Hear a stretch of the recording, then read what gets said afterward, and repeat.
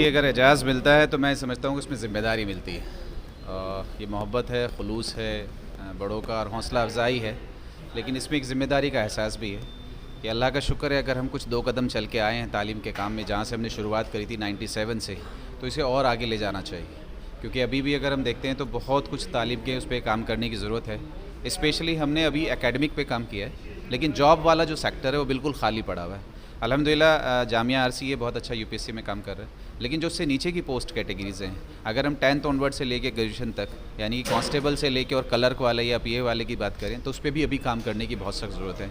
हमारे ओखला में स्कूल्स नहीं हैं, तो स्कूल्स खोलने की ज़रूरत है, और जो आपके प्रोफेशनल कोर्सेज़ होने चाहिए उसकी बहुत ज़रूरत है। तो अल्लाह करे, अल्लाह हमें हिम्मत दे और लोग ऐसी हौसला अफजाई करते रहें और लोग भी मैदान में और माशाल्लाह इसको काम को आगे बढ़ाएं, इसकी ज़रूरत है। बहुत शुक्रिया। तरीके से रईस इदरीसी साहब ने दस्तकार संगठन ने प्रोग्राम करके इस्तकबाल किया और नवाजा मिस्टर रिफॉर्मर के नाम से सफाई में जो ओखला में काम कर रहे उसके लिए ये बड़ा चैलेंजिंग उन्होंने नाम तो दे दिया mister reformer, but the job is not so easy.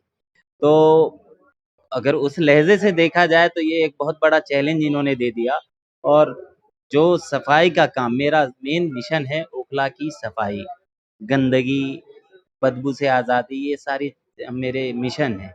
और उस मिशन को आज इन्होंने ऐसा जामा पहनाया है कि अब जो 8 घंटे में काम करता था ओखला में गंदगी और सफाई पे, वो मुझे 15 घंटे करने पड़ेंगे। तो बहुत सारे चैलेंजेस है और इस चैलेंज में मैं जनता से ज़रूर कोशिश करूँगा एक मदद मांगने की, उनसे गुजारिश करने की कि मुझे थोड़ी हिम्मत और ताकत, और आप अपने आवाज़ को बुलंद करने की कोशिश करें। या तो आप अपनी आवाज़ बना दें या अपने नेताओं जो चुने हुए हैं उनसे सवाल करना शुरू करें, ताकि जो उनकी जो जिम्मेदारियां हैं, जो बेसिक काम है उनके, वो काम करने लगे। ताकि मेरा काम है जगाने का, जो कुछ नहीं कर पा रहे वो करने का। बकरीद के दिनों में हमने अपनी गाड़ियां लगाई, अलग से गाड़ियां लगाए, रिक्शे लगाए, सफाई गलियों में पूरे ओखला, जसोला, नूरनगर, जौहरी फार्म, ऐसे इलाके हैं, शाहीन बाग, अबुल फजल, जहां हमने अपना काम किया। और जहां तक आप गंदगी की बात कर रहे हैं, गंदगी आज के वक्त में ओखला में गलियों में नहीं है, वहां कम है। जो डंपिंग प्लेसेस हैं वहां गंदगी है, जो एमसीडी नहीं कर पाए, जो एमसीडी का नोडल ऑफिसर है वो नहीं कर पाया, जो एमसीडी का नोडल ऑफिसर एमएलए को रिपोर्ट करता है, जो ओखला का एमएलए, वो नहीं कर पाया।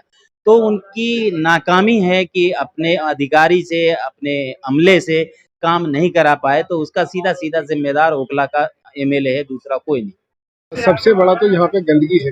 तालीम पे माशाल्लाह बड़े बड़े लोग काम कर रहे हैं, मैं फोकस करता हूँ जिसपे कम लोग काम कर रहे हैं। जो सबसे ज्यादा लोगों को परेशानी का बास है, बीमारी का बास, अभी ओखला में, जामिया नगर में आप देखेंगे तो हर दूसरी गली में जो वाटर है ना, वो बिल्कुल एकदम नीचे जा चुका है। और वो किसकी वजह से हुआ? वो यहाँ पे जो है ना गंदगी जो है, और 7-7 मंजिल बिल्डिंग बन गई है, कंस्ट्रक्शन हो रहा है, तो धूल मिट्टी, गंदगी, टूटी सड़कें, ये सबसे ज्यादा जो बड़ा मुद्दा है, जिसकी वजह से बीमारी, सांस की बीमारी, और गंदगी की वजह से बहुत और भी बीमारी, इन्फेक्शन हो रहे हैं। ये बड़ा मुद्दा है, इस पे हम लोग काम कर रहे हैं और कोशिश कर रहे हैं कि इसमें बदलाव लाया जा सके। आप देखेंगे अलशिफा कूड़ेदान पे हम लोगों ने ग्रीनरी करी है और उसको कोशिश कर रहे हैं कि उस खत्ते को छोटा किया जा सके।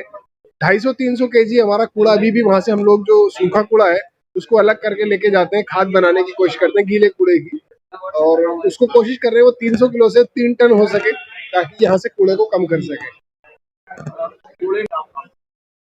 देखिए हमारा तो अभी हमने एक एक करके स्टेप बाय स्टेप करेंगे। अभी हमने अलशिफा कूड़ेदान को पकड़ा हुआ है। हम लोगों का जो मेन टारगेट है कि लोगों को अवेयर करना कि गीला कूड़ा अलग रखें और सूखा अलग।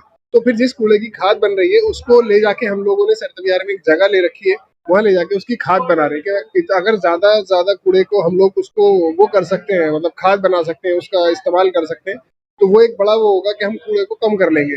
फिर बाकी जो कूड़ा बचेगा वो बहुत थोड़ा रह जाएगा और फिर वो चला जाएगा। अगर कोशिश हमारी ये भी है, जो यहाँ पे जो जिम्मेदारान लोग हैं, जैसे कि काउंसलर, एमएलए, कि वो इन खत्तों की जगहों को चेंज कर सके, क्योंकि ये आबादी के बीच में आ गई है और आबादी बहुत ज्यादा होने की वजह से कूड़े का खत्ता भी बहुत बड़ा हो गया है और फैल गया है।